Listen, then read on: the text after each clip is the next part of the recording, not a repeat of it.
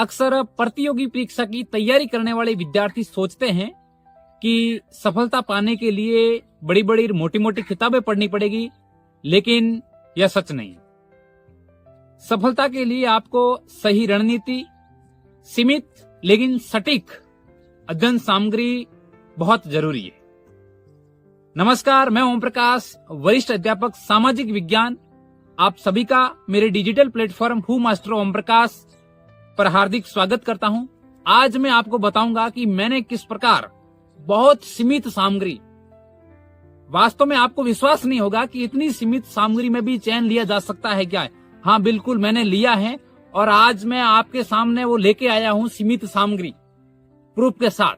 आपको बताऊंगा कि किस प्रकार मैंने इतनी सीमित सामग्री में पहले ही प्रयास में सामाजिक विज्ञान से सफलता पाई है।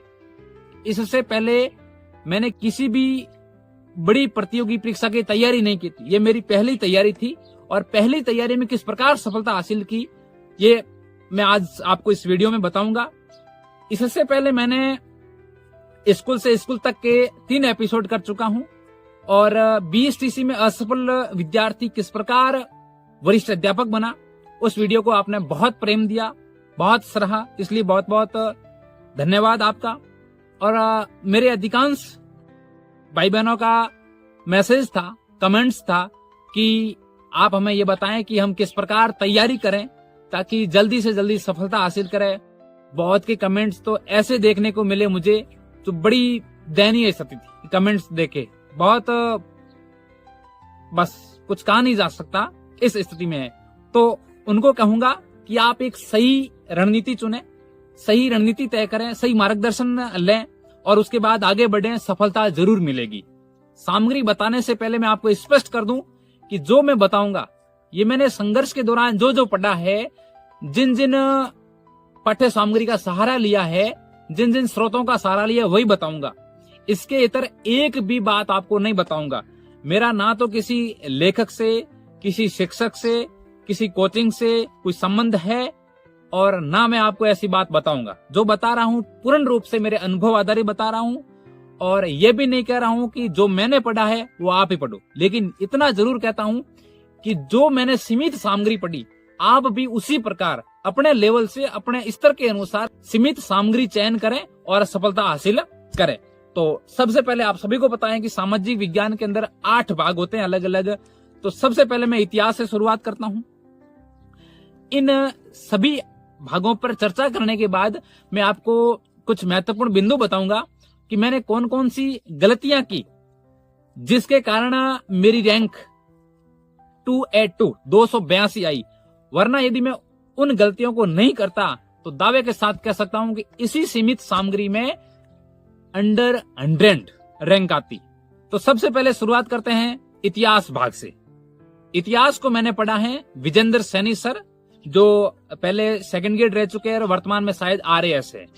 जिसमें मैंने इतिहास पढ़ा उनसे, वो उत्कर्ष में पढ़ाते थे। तो मेरे पास वो इतिहास के नोट्स नहीं है क्योंकि वो मेरे किसी साथी को दिए हुए हैं, वो पढ़ रहे हैं।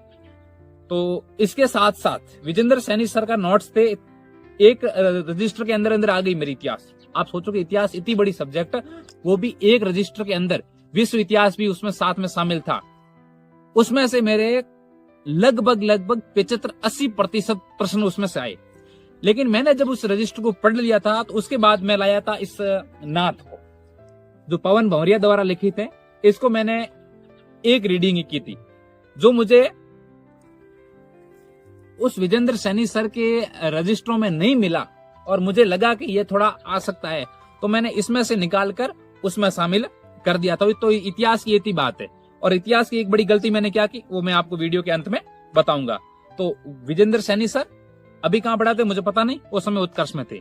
और मैं बता दूं कि मैंने उत्कर्ष का कोर्स नहीं लिया था और मैं किसी भी कोचिंग का कोर्स लिया नहीं था, लेकिन लगभग सभी विषयों के नोट्स मैंने बनाए थे। और इसके बाद नंबर आता है भूगोल का। भूगोल में मैंने पढ़ी थी NCERT की 2 किताबें। एक तो ये किताब भारत भौतिक पर्यावरण कक्षा 11 के लिए आती है, इसको पूरी नहीं पढ़ी। इनमें से जो जो टॉपिक भूगोल पाठ्य सामग्री में है, भूगोल में उसको पढ़ा। और एक और थी ये भौतिक भूगोल के एक मूल सिद्धांत कक्षा 11 में यही चलती है, इसको पढ़ा। इन दोनों और इसके साथ साथ भूगोल, पहले पार्ट में भी भूगोल है, तो उसको मैंने नाथ की कंप्लीट जीके की बुक आती है, वो भी मेरे पास में नहीं है, क्योंकि उसमें मैंने मतलब इतनी बार पढ़ चुका हूं कि बहुत हाईलाइट कर लिया है, 3-4 अलग अलग रीडिंग की तब, तो वो भी सिस्टर के पास में, सिस्टर भी तैयारी कर रही है। और इसके साथ में भूगोल का ये एक मेरा नोट्स, एक रजिस्टर बस, और ये पूरा रजिस्टर, इसमें भी आपको कुछ खाली मिल रहा होगा, ये सब बना रखे मैंने। नोट्स है, फिर भी अंडरलाइन किया है बीच में और हाईलाइट किया है, ये भी मैंने उत्कर्ष से, और लगभग 1-2 पार्ट मैंने ऑनलाइन यूट्यूब से लिखे हैं जो मुझे अच्छा लगा। तो इसके बाद में है ये लोक प्रशासन। आप देखकर आश्चर्यचकित हो जाएंगे कि इस एक रजिस्टर के अंदर मैंने लोक प्रशासन और राजनीतिक सिद्धांत को लिखा है, एक रजिस्टर में बस। लोक प्रशासन मैंने पढ़ा है केपी सर से, और इसके साथ साथ में आरबीएससी की किताबों से, जो इसमें टॉपिक थे, आरबीएससी की किताब वेबसाइट पे पढ़ी है, आप जाके देख सकते हो, वहां से मैंने वो पीडीएफ डाउनलोड की और उस पीडीएफ को प्रिंट करवा के देख लिया, और उसमें भी उसको मैंने एक बार ही पढ़ा, उस नोट्स को, जो महत्वपूर्ण लगे वो इन रजिस्टर में उतार दिया। देखो, रजिस्टरों को नोट्स बनाने के बावजूद भी मैंने, देखो, शुरुआत में लिखा ही, जो बात मुझे महत्वपूर्ण लगी अंदर और मुझे लगा कि मैं याद नहीं कर पा रहा हूं, तो उसको मैंने यहां भी लिखा है, यहां भी लिखा है, पीछे भी लिखा है। तो नोट्स के साथ और जो बातें अपन को याद नहीं रहती है, बार बार याद करने के लिए उन्हें किसी न किसी जगह हाईलाइट करना पड़ता है, तब जाके अपन को याद रहती है। तो ये लोक प्रशासन और राजनीतिक सिद्धांत हो गया। और इसके बाद आती है अपने दर्शन शास्त्र। दर्शन शास्त्र और समाज शास्त्र दोनों इस रजिस्टर में, दो छोटी छोटी सब्जेक्ट हैं, दर्शन शास्त्र और समाज शास्त्र। ये सिर्फ पढ़ने में छोटी है, बाकी परीक्षा में इनका महत्व बराबर है। इतिहास का भी बराबर है, भूगोल का भी बराबर है, दर्शन शास्त्र का बराबर है। आप यकीन नहीं करोगे कि दर्शन शास्त्र के इस रजिस्टर से 100% क्वेश्चन आए, 100% प्रश्न, वो भी इस आधे रजिस्टर से, दर्शन शास्त्र के आधे रजिस्टर से 100% प्रश्न आए। ये मेरे लिए एक बहुत बड़ी बात थी। और इसको उत्कर्ष में एक इतिहास के सर थे, कुछ नाम मैं अभी भूल रहा हूं, दान थे वो, उन्होंने बहुत बढ़िया ढंग से पढ़ाया था दर्शन शास्त्र को। वाकई में पढ़ाया भी नहीं, जिया था हमने। जिस दिन उन्होंने पहली क्लास ली, और इससे पहले मैंने राज पेनोरमा की किताब आती है सामाजिक विज्ञान का, एक पूरी 2 पार्ट्स आती है, उसको ला रखा था, लेकिन पढ़ा नहीं। मैंने दर्शन के 1-2 टॉपिक उसमें से देखे, बहुत बहुत बोरिंग लगे मुझे लगा कि दर्शन में कर ही नहीं पाऊंगा। लेकिन कहते हैं ना कि लगातार प्रयास किसी भी बड़ी से बड़ी चुनौती को बहुत आसान बना देता है। तो दर्शन शास्त्र के मेरे 100% क्वेश्चन सही हुए थे। समाज शास्त्र को भी मैंने उत्कर्ष के कोई सर थे, उनसे पढ़ा, और इसके साथ मैंने ऑनलाइन एक बुक ऑर्डर की। उस बुक को सिर्फ और सिर्फ मैंने एक रीडिंग की, और उसमें से जो मुझे महत्वपूर्ण लगा इसमें लिख दिया, और 3-4 दिन बाद मैंने उस बुक को वापस रिटर्न कर दिया। मैंने बुक खरीदी नहीं थी, वो ऑनलाइन लाया और वापस दे दी, अपने पैसे वापस आ गए। तो सारा काम जुगाड़ से किया है मैंने। कोचिंग के लिए 1 भी रुपया खर्च नहीं किया, और अलग से किताबों के लिए भी इतने पैसे खर्च नहीं किए, 1-2 किताबें जरूर लाया था। तो ये दर्शन शास्त्र और समाज शास्त्र की बात हो गई। मैं दर्शन शास्त्र के लिए इस नोट्स के अलावा कुछ नहीं पढ़ा। हाँ, समाज शास्त्र के लिए मैंने और जगह से भी देखे। ये देखो, मेरे हर रजिस्टर, पिछले रजिस्टर में बताया, ये इस रजिस्टर में भी देखो, यहाँ पर नाम लिखे हैं। जो किताबें आती है समाज शास्त्र में खूब सारी, तो उन किताबों को यहाँ लिखा है, यहाँ पर भी लिखा है, प्रत्येक में मिलेगा आपको। तो आगे बात करते हैं अर्थशास्त्र की। अर्थशास्त्र मैंने पढ़ी थी गणपत सिंह राजपुरोही सर से, और इनसे मैं, जब इन्होंने 2nd ग्रेड का बैच शुरू किया था, तो मैं ऑफलाइन भी गया था कुछ समय, लेकिन कॉलेज वालों के साथ सेटलमेंट नहीं हुआ था, इसलिए मैं कोचिंग ऑफलाइन नहीं हो पाई। क्योंकि मैं जब तैयारी शुरू की उस समय मैं बीए बीएड 3rd ईयर के अंतिम चरण में था, और फिर 4th ईयर के अंदर तैयारी की। बता दूं कि अक्टूबर 22 में मेरा बीएड का रिजल्ट आया, 4 वर्षीय बीएड का, और दिसंबर 22 के अंदर मेरा 2nd ग्रेड का एग्जाम था। तो सोच लो कि गैप बहुत कम था, लेकिन तैयारी पहले की थी, तब जाके सिलेक्शन हुआ। तो इकोनॉमिक्स को मैंने गणपति सर से पढ़ा, और इसके पीछे भी आपको पेंसिल से लिखा हुआ दिख रहा है, प्रत्येक के अंदर लिखा है मैंने। और इकोनॉमिक्स में तो ऐसा भी हुआ था कि काफी सिलेबस में बदलाव भी हुआ था, तो बहुत बढ़िया ढंग से पढ़ाया था सर ने। तो इकोनॉमिक्स की बात हो गई। अब रही शिक्षण विद्या। शिक्षण विधियों के लिए मैंने पढ़ी थी डॉक्टर एस मंगल की, बढ़िया किताब है, और इसी के साथ साथ मैंने नोट्स का सारा भी लिया था। तो सामाजिक के लगभग सभी पार्ट्स की मैं चर्चा कर चुका हूं। एक बात स्पष्ट कर दूं कि ये नोट्स, मूल नोट्स यही है मेरे। इसके साथ साथ मुझे जिस जगह भी कमी महसूस हुई, तो उस कमी की पूर्ति करने के लिए मैंने YouTube का सहारा भी लिया, मैंने ऑनलाइन वेबसाइट का सहारा भी लिया, और कुछ एक दो किताब का सहारा भी लिया था। मैं लाया नहीं, दोस्तों से उनकी PDF मंगवा ली या ऑनलाइन लाके वापस कर दी ऐसा। तो ये सामाजिक विज्ञान के पार्ट्स का पूरा हुआ। सामाजिक विज्ञान के लिए जो नए साथी है उनको सलाह करूंगा, सलाह होगी मेरी, आप सभी पार्ट्स की नहीं तो कुछ पार्ट्स जो आपको समझ से परे हैं, आपने नहीं पढ़ा है, उसकी संभव हो सके तो ऑनलाइन कोचिंग कर लें, क्योंकि आज डिजिटल युग है। तो ऑनलाइन आप आसानी से जिस भी सर की करना चाहो, तो इससे स्पष्ट हो चुका होगा आपने, मैंने किसी एक कोचिंग का कोर्स नहीं किया, अलग अलग सर जो मुझे अच्छे लगे वहां से लिया। ऐसे साथीगण थे बहुत बढ़िया, उन मित्रों का भी बहुत बहुत धन्यवाद जिन्होंने मुझे सहायता की, क्योंकि मैंने 2-3 कोचिंग थी अलग अलग, उनके कोर्स लिए और वीडियो डाउनलोड करता और फिर वापस उनको आईडी अपनी वापस दे देता। ऐसा करके क्या ये ट्रिक लीक हो सकती है, और आपने भी किया होगा, कुछ कर रहे होंगे। तो अब चर्चा करते हैं प्रथम प्रश्न पत्र की। प्रथम प्रश्न पत्र में सबसे बड़ा भाग होता है राजस्थान का, और राजस्थान में मुख्य रूप से मैंने लगभग शुरुआती चरण में पहले राज पनोरमा से पढ़ रखा था, और RBSC की किताब भी पढ़ी थी।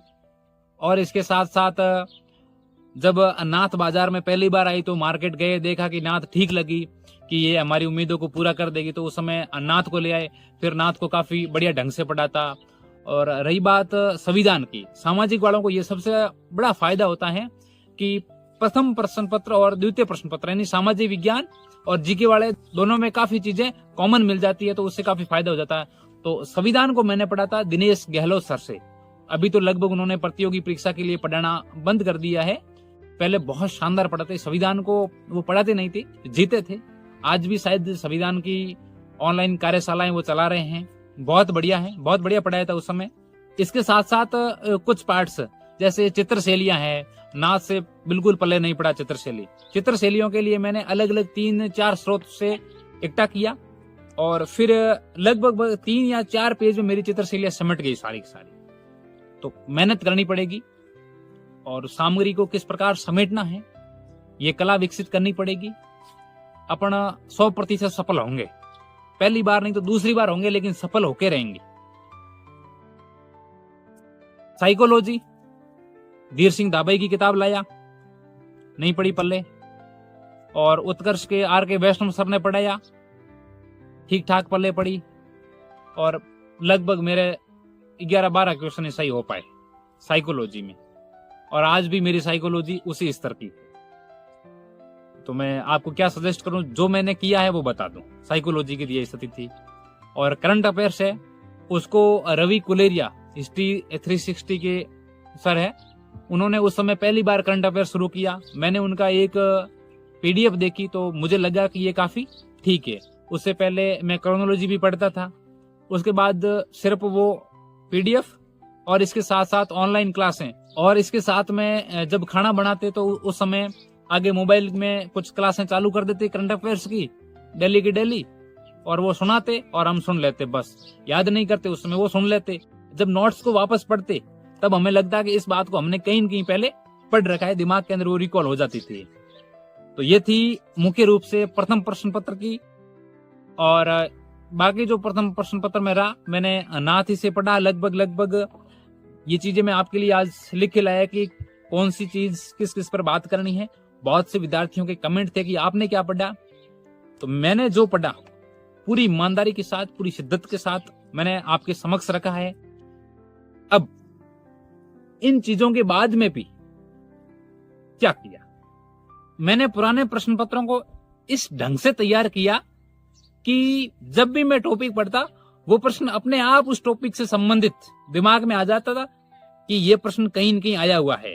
तो मैंने प्रश्न पत्रों को ऑनलाइन डाउनलोड किया, किसी भी किताब से नहीं लिया। सामाजिक विज्ञान के लिए तो मैं कोई ओल्ड पेपर की बुक लाया नहीं, फर्स्ट पेपर के लिए एक बुक जरूर लाया था सिखवाल की, लेकिन इसमें मैंने 2-3 पेपर ही पढ़े, बाकी पढ़े नहीं क्योंकि मुझे कुछ गलतियां लगी, तो इसके बाद मैंने इसको देखा ही नहीं। तो अब मैंने शुरू में कहा था कि मैंने इन नोट्स इतनी सीमित सामग्री फिर भी कुछ गलतियां की जिसकी वजह से मैं रैंक में पिछड़ गया। तो मेरी पहली गलती तो थी कि जो सब्जेक्ट मैंने पहले पढ़ रखे थे, जैसे इतिहास में मेरे नोट्स में से लगभग 14-15 प्रश्न आए थे, लेकिन मैं परीक्षा में करके आया सिर्फ 8 ही अटेंड किए और 8 ही सही थे, बाकी मैंने अटेंड नहीं किया। मुझे पता है कि नोट्स के इस पेज पे इस जगह लिखा है, लेकिन उत्तर में मैं कंफ्यूज क्यों? क्योंकि मैंने इतिहास के लिए कहा इतिहास तो खूब पढ़ी है, लास्ट में पढ़ लेंगे, ऐसे करते करते वो लास्ट समय कभी आया ही नहीं और ढंग से रिवीजन हुआ नहीं। बाकी दर्शन शास्त्र को तो इतनी बार पढ़ा कि पेज खोला, पूरा पेज स्कैन कि इस पेज के अंदर क्या क्या लिखा है, पूरा पेज। मानोगे नहीं, दर्शन शास्त्र को मुझे रिवीजन करने में मात्र 1 से 1.5 घंटा लगता था, पूरी दर्शन शास्त्र रिवीजन हो जाती है। अब हिम्मत करना कि ये तुक्का फूंक रहा है, ये तब हुआ जब मैंने इसको 10-12 बार रिवीजन कर लिया, क्योंकि नोट्स थे कितने, आधा रजिस्टर था दर्शन का, 10-12 बार तो पढ़ ही सकते आसानी से। तो उसके बाद में जाके आपकी ये स्पीड पकड़ती। 10-12 बार रिवीजन करोगे आप किसी भी चीज का, तो दावे के साथ कहता हूं कि टॉप 10 में होगी। लेकिन मैं पहली बार था तो मैंने प्रयास किया एक ट्रायल के रूप में कि इस बार तो मैं इन सीमित सामग्री के साथ आगे बढ़ूंगा, चयन हो जाएगा तो बढ़िया, वरना अगली बार पोथे लाऊंगा। लेकिन मैं सिलेक्शन लेके आपके सामने बैठा हूं। मेरा कोई एकेडमिक बैकग्राउंड इतना स्ट्रांग नहीं है, बस एक औसत स्टूडेंट रहा हूं शुरू से ही। जब भी मैं ऑनलाइन क्लासेस देखता, कंटिन्यू नोट्स बनाते जाता। एक बार तो ऐसी स्थिति थी कि सुबह 8 बजे से लगा के और बीच में 2-3 घंटे का ब्रेक लिया, रात को लगभग 1 बजे तक कंटिन्यू लिखा, क्लासें देखी लिखता गया, क्योंकि जुनून, बहुत तगड़ा जुनून था। खुद से 2 शर्त थी, खुद से 2 वादे कर रखे थे। अब वो 2 वादे कौन से, वो मैं आगे वीडियो में चर्चा करूंगा। यदि आप जानने के इच्छुक हो तो कमेंट्स बॉक्स में बताइए, और आपकी कुछ समस्या और सुझाव हो तो कमेंट में जरूर बताएं। पिछले वीडियो पर आपने बहुत अच्छे कमेंट किए, आपके कमेंट पर ही मैं ये सामग्री के साथ आप ये वीडियो बनाने जा रहा हूं। बाकी इतना जल्दी इस वीडियो को लाने का इरादा नहीं था, आपके सुझाव पर, आपके कमेंट्स पर मैं लेके आया हूं। तो अगले वीडियो में बताऊंगा कि टेस्ट सीरीज मैंने ली या नहीं ली, मेरे जीवन में क्या महत्व रहा टेस्ट सीरीज का, या बिल्कुल नहीं रहा, बताऊंगा। और इसके साथ साथ चर्चा करूंगा कि वो खुद की 2 शर्तें, खुद के 2 वादे कौन से थे जिन्होंने मुझे बहुत अंदर से मोटिवेट करते रहे। अब आखिरी सलाह मेरी आपसे कि आपके पास जो सामग्री है, अब आने वाली सेकंड गेट के लिए परिवर्तन नहीं करें। आपको लगता है कि हमने जो पढ़ा है ये काफी हद तक ठीक है, तो बदलाव नहीं करें। दूसरी स्थिति, यदि आपको लगता है कि जो हमारे पास में है इसमें से भी हमें याद नहीं है, तो भी परिवर्तन नहीं करें। अब आप आगे कब बढ़ो, जब आपको ये लग जाए कि हमारे पास जो सामग्री है उस सामग्री को हमने पूरी तरह पढ़ लिया है, इसमें से एक भी प्रश्न हमारा गलत होने का चांस नहीं है, तो आप आगे सामग्री पे जा सकते। यहां तक यदि आप पहुंच चुके हो और मेरी मेहनत आपको सही लगी है तो ज्यादा से ज्यादा अपने मित्रों तक शेयर करें और कमेंट बॉक्स में बताएं कि मुझे आगे किस टॉपिक पर वीडियो बनाना चाहिए और आपको किस प्रकार मेरी सलाह, मेरे मार्गदर्शन की आवश्यकता है, जरूर बताएं। मैं कोशिश करता हूं कि आपके हर कमेंट की रिप्लाई करूं, और नहीं हुई तो मैं आगे आने वाले वीडियो में चर्चा करूंगा। जाते जाते चैनल को सब्सक्राइब कर लीजिए, हमें भी मोटिवेशन मिलता है। इसी प्रकार आपका मार्गदर्शन करते रहें। बहुत बहुत धन्यवाद। नमस्कार।